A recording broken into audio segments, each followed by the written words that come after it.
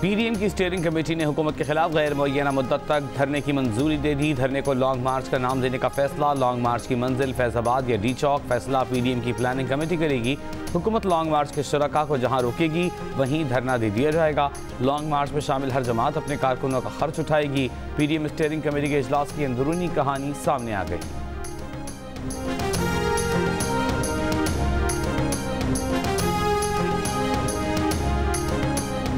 Senate इंतखाबात के लिए 141 उम्मीदवारों के कागजात नामजदगी मंजूर। इलेक्शन कमीशन के मुताबिक जनरल नशस्तों के लिए 87 में से 77 उम्मीदवारों, खवातीन की नशस्तों के लिए 40 में से 34 उम्मीदवारों, टेक्नोक्रेट्स की नशस्तों पर 33 में से 20 उम्मीदवारों और अक़लियतों की नशस्तों पर तमाम 10 उम्मीदवारों के कागजात नामजदगी मंजूर कर लिए गए।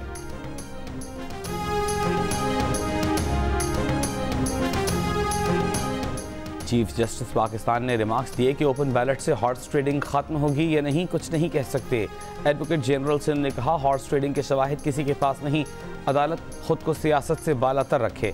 चीफ जस्टिस ने रिमार्क्स दिए कि आइन सियासी दस्तावेज है, आइन की तशरीह करते वक्त अदालत सियासी काम ही कर रही होती है।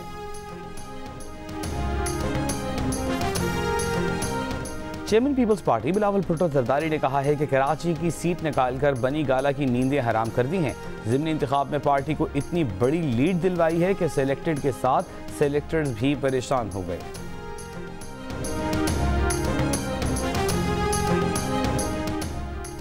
यूटिलिटी स्टोर्स पर घी 45 रुपए, चीनी 7 रुपए फी किलो महंगी करने की तैयारी। घी की कीमत 175 से बढ़ाकर 220 रुपए फी किलो, चीनी 68 रुपए से बढ़कर 75 रुपए कर दी जाए। यूटिलिटी स्टोर्स पर चीनी और घी के अलावा आटे की कीमतों में इजाफे की समरी इक़्तिसादी राबिता कमेटी को भेज दी गई।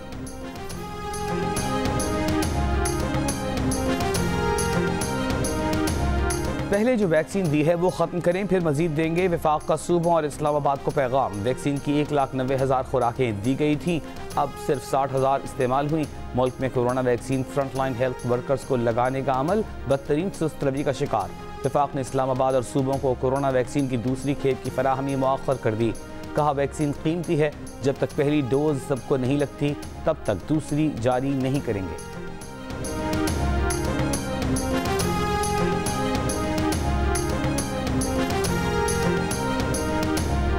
और बरतानिया का म्यांमार के वज़ीर दिफा, वज़ीर दाखिला और 3 जनरल्स पर पाबंदी लगाने का ऐलान। कनाडा ने भी म्यांमार के 9 फौजी अफसरान पर पाबंदियाँ लगा दी।